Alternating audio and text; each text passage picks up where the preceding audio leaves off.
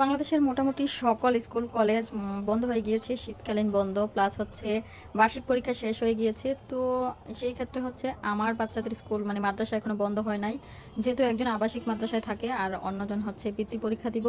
তো সেজন্য হচ্ছে এখনো খোলা আছে। তো সকাল সকাল হচ্ছে ছেলেকে দিয়ে আসলাম, এক ছেলেকে দিয়ে অন্য ছেলেকে খাইয়ে চলে আসলাম বাসায়, রান্না বান্নার জন্য রেডি হয়ে গেলাম এসে। তো যাই হোক, আমার যা হচ্ছে সব কিছু রেডি করে দিয়েছে, আমি রান্না করব। তো রান্নার জন্য আজকে নিয়েছি মুরগির মাংস, আর মাছ ভুনা হবে, প্লাস হচ্ছে একটা সবজি ভাজি হবে, মিক্সড সবজির ভাজি। তো যাই হোক, দুই চুলায় দুইটা বসিয়ে দিলাম ভাজিটা, আর এক চুলায় অন্য চুলা হচ্ছে মুরগিটা। তো ভাজিটা হচ্ছে আমি সিম্পল মানে একদম সিম্পলভাবে ভাজি করব, বেশি মশলা ছাড়া। তো আমার কাছে একটু ভাজিতে একটু মশলা কম হলে ভালো লাগে, একটু কাঁচামরিচ ধনিয়া পাতা বেশি দিয়ে হলুদ লবণ দিয়ে আমি ভাজি করি, অন্য কোনো মশলা অ্যাড করি না। যাই হোক, আর মুরগিটা হচ্ছে এদিক দিয়ে কষিয়ে রান্না করবো প্রতিদিনের মতো।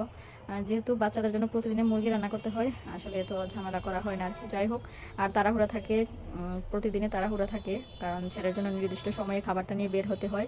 তো সেই জন্যই আর কি 11টা সাড়ে 11টার মধ্যে আমার রান্নাবান্নাটা কমপ্লিট করতে হয়। তো যাই হোক, এই যে আপনাদের সাথে কথা বলতে বলতে কিন্তু এখন ভাজি আর মুরগিটা মোটামুটি হয়ে গিয়েছে। আমি হচ্ছে মাছের তরকারিটা বসাবো, সেই সময় হচ্ছে আমার আব্বা আসছে। আব্বা হচ্ছে শহরে আসছে ডাক্তার দেখানোর জন্য, তো ভাবছি মেয়েকে একটু দেখে যাবে। তো কি আর করার, এই যে আমি হচ্ছে এখন সকাল টাইমে 11টা বাজে।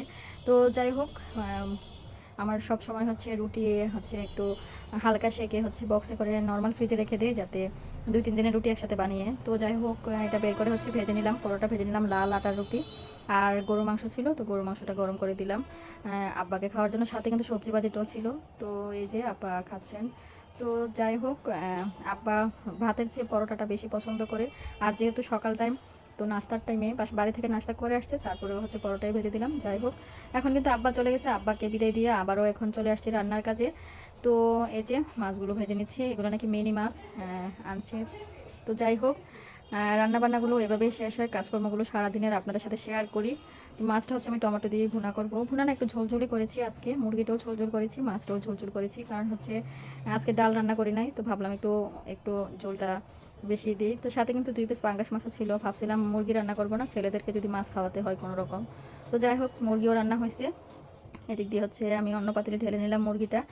তো আপনাদের কাছে অনুরোধ করছি, প্রতিদিনের মতো ভিডিওগুলো লাইক কমেন্ট শেয়ার করে পাশে থাকবেন, আর রান্নাবান্না ভিডিও কেমন হয় কমেন্টের মাধ্যমে জানিয়ে দিবেন। আমি কিন্তু এখন টেবিলে নিয়ে আসছি খাবার দাবারগুলো, রান্নাবান্না সব শেষ কমপ্লিট। তো এই যে এখন হচ্ছে নিয়ে আসলাম, আর বিকালের জন্য হচ্ছে নাস্তাগুলো বের করে নিলাম। আব্বা হচ্ছে যে এখানে বাচ্চাদের জন্য বার্গার, পাউরুটি, আইসক্রিম, চিপস, তারপরে হচ্ছে দধি, এগুলো নিয়ে আসছিল। তো হচ্ছে এগুলো বের করে সবাই খেয়ে নিলাম, আর আপনাদের কাছ থেকেও বিদায় নিয়ে নিলাম। সবাই ভালো থাকবেন, সুস্থ থাকবেন, নিরাপদে থাকবেন। আল্লাহ হাফেজ সবাইকে।